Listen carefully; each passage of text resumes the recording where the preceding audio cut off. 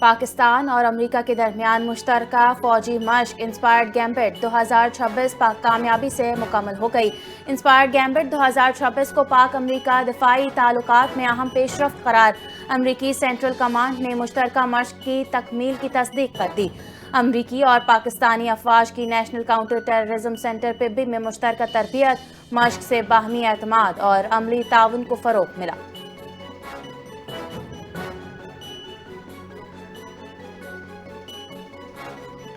دہشت گردی کے خدشات کے پیش نظر سی ٹی ٹی کی پنجاب کے مختلف شہروں میں کارروائیاں۔ بھارتی خفیہ ایجنسی را کے ایجنٹ مشتبہ سمیت 49 دہشت گرد گرفتار۔ بھارتی ایجنٹ کے قبضے سے بارودی مواد، اسلحہ اور حساس عمارتوں کے نقشے برآمد۔ دہشت گردوں کے قبضے میں دھماکہ خیز مواد اور خودکش جیکٹ بنانے کا سامان برآمد کر لیا گیا۔ ایک ماہ میں 6131 کامبنگ آپریشنز، 599 مشتبہ افراد گرفتار اور 2,43,546 افراد سے پوچھ گچھ کی گئی۔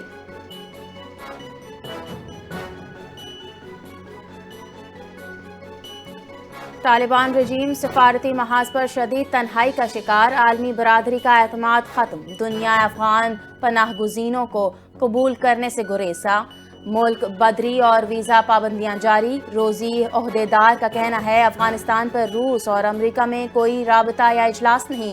امریکہ مزید افغانیوں کو قبول کرنے سے انکار کر رہا ہے۔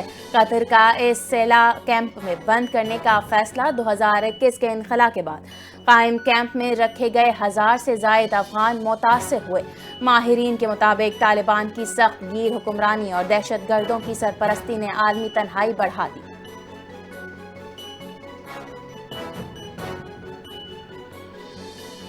D G I S P R کی اسلامیہ یونیورسٹی بہاولپور میں اساتذہ اور طلباء سے خصوصی نشست، قومی اور علاقائی صورتحال اور آپریشن بنیاد مرصوص پر تفصیلی گفتگو۔ فتنہ الہندوستان، فتنہ الخوارج اور سوشل میڈیا پروپیگنڈا زیر بحث آیا۔ D G I S P R کا بہاولپور کے عوام کو تحریک پاکستان میں کردار پر خراج تحسین۔ شرکاء نے میڈیا لٹریسی کو منفی پروپیگنڈے سے بچاؤ کا مؤثر ذریعہ قرار دیا۔ تقریب کے اختتام پر پاک فوج کے حق میں اور پاکستان زندہ باد کے نعرے لگائے گئے۔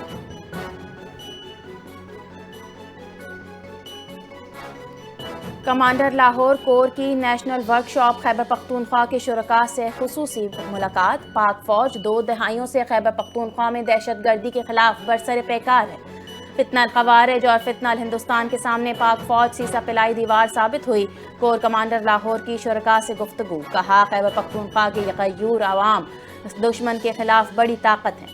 آپریشن بنیاد مرصوص اور مارکہ حق نے پاکستان کو نئی عالمی پہچان دی۔ ورکشاپ کے شرکاء نے پاک فوج کو بھارت کو منہ توڑ جواب دینے پر خراج تحسین پیش کیا۔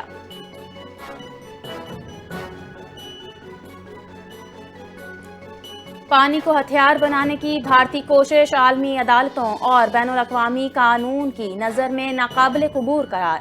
بھارت کی جانب سے سندھ طاس معاہدے کی خلاف ورزی پر امریکی جریدے نے پاکستانی موقف کی کھل کر حمایت کر دی۔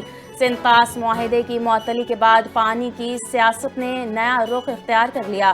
سندھ طاس معاہدے کی معطلی علاقائی کشیدگی بڑھائے گی، دی نیشنل انٹرسٹ کی رپورٹ میں انکشاف۔ لکھا، پانی کا بحران جنوبی ایشیا میں انسانی خطرہ بن سکتا ہے۔ بھارت پانی کو اسٹریٹجک ہتھیار بنا رہا ہے۔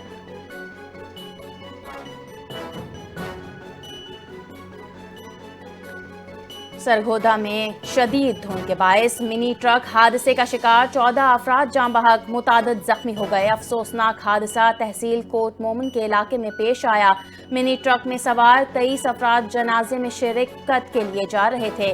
حد نگاہ کم ہونے پر منی ٹرک سڑک سے اتر کر خشک نہر میں جا گرا۔ 7 افراد موقع پر جاں بحق جبکہ مزید 7 زخمی اسپتال میں دم توڑ گئے۔ ریسکیو ٹیموں نے لاشیں اور زخمی THQ اسپتال منتقل کر دیے۔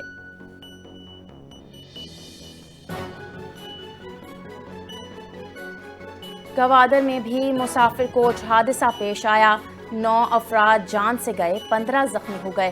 کوچ کراچی سے جیوانی جا رہی تھی، ہڈ گوٹ کے مقام پر تیز رفتاری کے باعث الٹ گئی۔ اطلاع ملنے پر ریسکیو ٹیمیں موقع پر پہنچ گئیں اور زخمیوں کو اسپتال منتقل کر دیا۔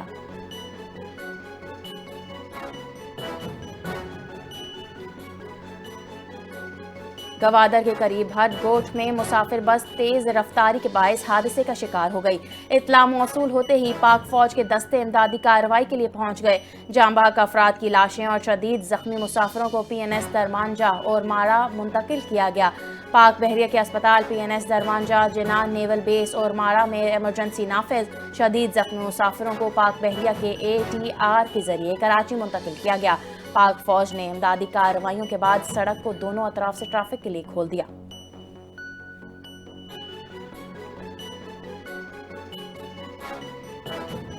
نائب وزیر اعظم اور وزیر خارجہ اسحاق ڈار اور ایرانی وزیر خارجہ عباس عراقچی کے درمیان ٹیلی فونک رابطہ، ایران اور خطے کی موجودہ صورتحال پر تفصیلی تبادلہ خیال کیا گیا۔ وزیر خارجہ اسحاق ڈار نے خطے میں امن و استحکام کے لیے نیک خواہشات کا اظہار کیا۔ دونوں رہنماؤں نے باہمی دلچسپی کے امور پر تبادلہ خیال کیا۔ دو طرفہ مشاورت اور رابطے کو جاری رکھنے پر اتفاق کیا گیا۔ رابطہ خطے میں امن و تعاون کے فروغ کی کوششوں کا حصہ ہے۔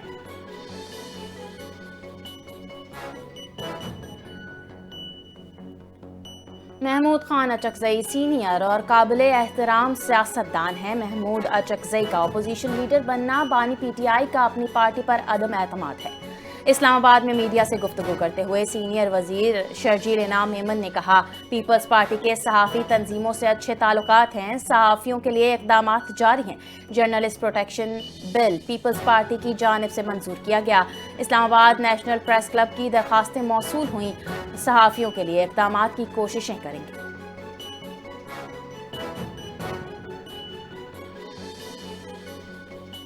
وفاقی وزیر داخلہ محسن نقوی سے امریکی سفیر نیٹلی بیکر کی سربراہی میں اعلیٰ سطحی وفد کی ملاقات۔ پاک امریکی سیکیورٹی تعاون، بارڈر مینجمنٹ اور کوارڈینیشن بڑھانے پر اتفاق۔ اینٹی ٹیررسٹ اسٹیشن پروگرام اور bureau of intelligence, narcotics and law enforcement کے ساتھ تعاون مضبوط بنانے کا فیصلہ۔ FIA، فیڈرل کانسٹیبلری اور NCCIA کے افسران کے لیے ٹریننگ پروگرام پر گفتگو۔ محسن نقوی نے کہا، امریکی تعاون سے بارڈر سیکیورٹی اور کوسٹل گارڈز کو جدید آلات سے لیس کیا جائے گا۔ امریکی وفد کی پاکستان کی سیکیورٹی کوششوں کی تعریف، دو طرفہ تعاون مزید بڑھانے کے عزم کا اظہار۔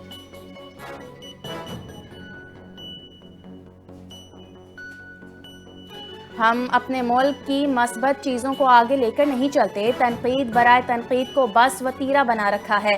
پوری دنیا میں واحد سندھ حکومت ہے جو سائبر نائف کا مفت علاج کر رہی ہے۔ کراچی میں سینئر صوبائی وزیر سندھ شرجیل انعام میمن کی میڈیا سے گفتگو، کہا، نیپال میں زلزلے کے بعد 8 لاکھ گھر بنائے گئے۔ 2022 میں سیلاب آیا، 70% سندھ پانی میں ڈوبا ہوا تھا۔ بلاول بھٹو نے ہدایت جاری کی، جو سیلاب متاثرین کے لیے گھر بنائے گئے۔ اب سندھ حکومت 21 لاکھ گھر بنا رہی ہے۔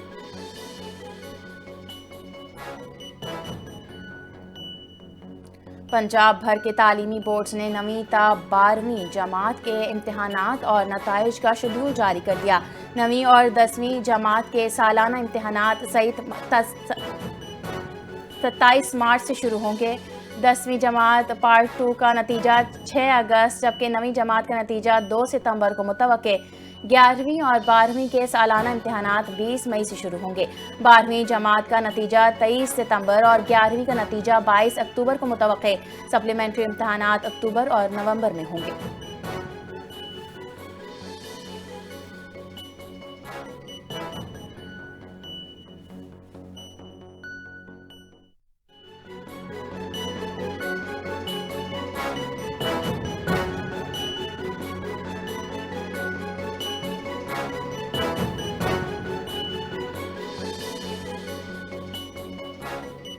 کراچی میں معصوم بچوں کے ساتھ جنسی زیادتی کے واقعات کے ہولناک انکشافات۔ مبینہ طور پر 100 سے زائد بچوں کو ہوس کا نشانہ بنانے والے ملزم کو ساتھی سمیت گرفتار کر لیا گیا۔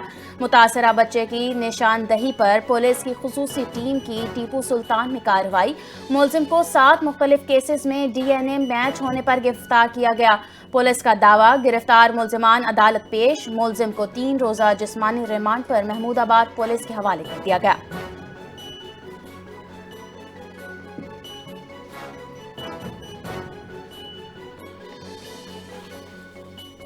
کراچی ایئرپورٹ پر پاکستان کسٹمز نے سونے کی اسمگلنگ کی 2 کوششیں ناکام بنا دی.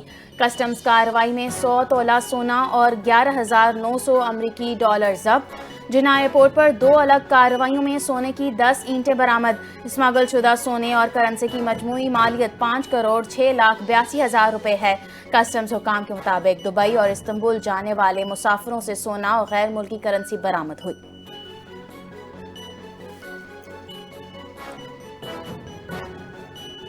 ملتان کسٹمز نے انسداد اسمگلنگ آپریشن کے دوران 4 کروڑ روپے سے زائد مالیت کی غیر قانونی اشیاء ضبط کر لیں. مشاہد سینٹر اور غلہ منڈی میں چھاپوں کے دوران غیر ملکی سگریٹس، ملک پاؤڈر، زیرہ کے ساتھ شاہین گٹکا، حقہ کے فلیورز اور ویپ ڈیوائسز بھی برآمد کیے گئے.